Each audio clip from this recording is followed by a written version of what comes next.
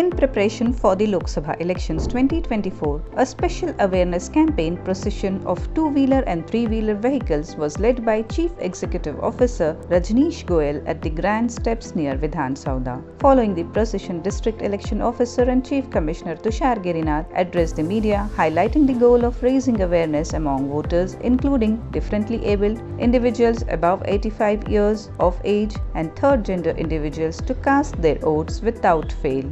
Nath emphasized the Election Commission's commitment to ensuring the inclusion of every section of society in the voter list and encouraging them to vote without hindrance. Special arrangements have been made at polling booths to accommodate any difficulties faced by differently abled during the voting process. They are scheduled to vote on April 26 and their participation is integral to the democratic process. The procession route commenced from the Grand Steps near Vidhan Sauda, passing through KR Circle, Nrupatanga Road and Hudson Circle, concluding at Kantirwa Stadium. Amidst the backdrop of the Lok Sabha election, specially abled and officials present at the procession program pledged to vote without fail. Notable attendees included Chief Election Officer Manoj Kumar Meena, Deputy Chief Election Officer Kurma Rao, Chairman of the Sweep Monitoring Committee Kantaraj and District Sweep Monitoring Officer of Bengaluru Pratibha.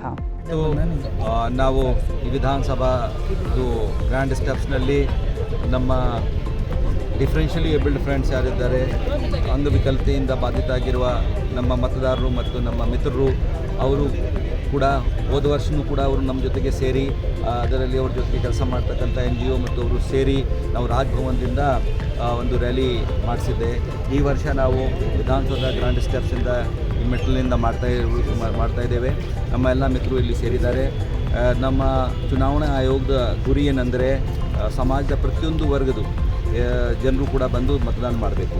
ಎಲ್ಲ ಮತದಾರರಿಗೆ ನಾವು ಈಗಾಗಲೇ ಕೋರಿದ್ದೇವೆ, ಅವರೆಲ್ಲರೂ ಬಂದು vote ನೀಡಬೇಕು.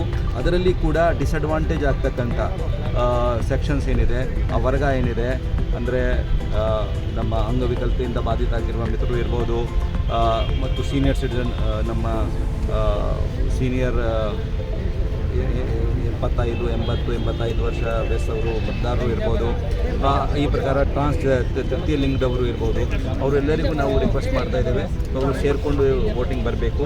ಇಲ್ಲಿ ನಮ್ಮ ಅಂಗವಿಕಲತೆಯಿಂದ ಬಾಧಿತ ಮಿತ್ರರಿಂದ ಈ ರ್ಯಾಲಿಯಿಂದ ಈ ಸೆಕ್ಷನ್ಗೆ ಹುಮ್ಮಸ್ಸು ಮತ್ತು ಉತ್ಸಾಹ ಬರುತ್ತದೆ. ಅವರು ಬಂದು ವೋಟಿಂಗ್ ಮಾಡ್ತಾರೆ. ನಮ್ಮ ಪೋಲಿಂಗ್ ಸ್ಟೇಷನ್ಸ್ನಲ್ಲಿಯೂ ಕೂಡ ನಾವು ಅವರಿಗಾಗಿ ಸುಮಾರು ವ್ಯವಸ್ಥೆ ಮಾಡಿದ್ದೇವೆ. ಹೀಗಾಗಿ ಅವರು ಕೂಡ ಬಂದು ಮತದಾನ